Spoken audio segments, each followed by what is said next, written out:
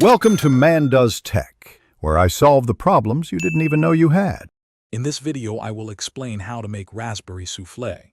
First, let's prepare our ramekins. Butter 4 6-ounce ramekins generously, then coat them with granulated sugar, tapping out any excess. This creates a non-stick surface and a lovely crust. Next, puree about 1 cup of fresh raspberries and strain them to remove all the seeds, ensuring a silky smooth base for our soufflé. Finally, preheat your oven to 375 degrees Fahrenheit. Now let's create the flavorful raspberry base. In a small saucepan, combine your strained raspberry puree with 2 tablespoons of cornstarch. Cook this mixture over medium heat, stirring continuously until it thickens into a smooth, glossy paste. This should take about 3 to 5 minutes. Once thickened, remove it from the heat and stir in 2 tablespoons of raspberry liqueur, if desired, to deepen the fruit's essence. Allow this base to cool slightly.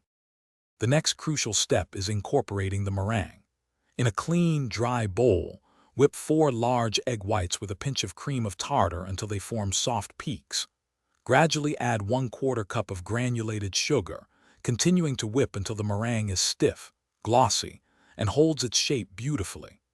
Now, gently fold about 1/3 of this airy meringue into your cooled raspberry base to lighten it, then carefully fold in the remaining meringue in 2 additions.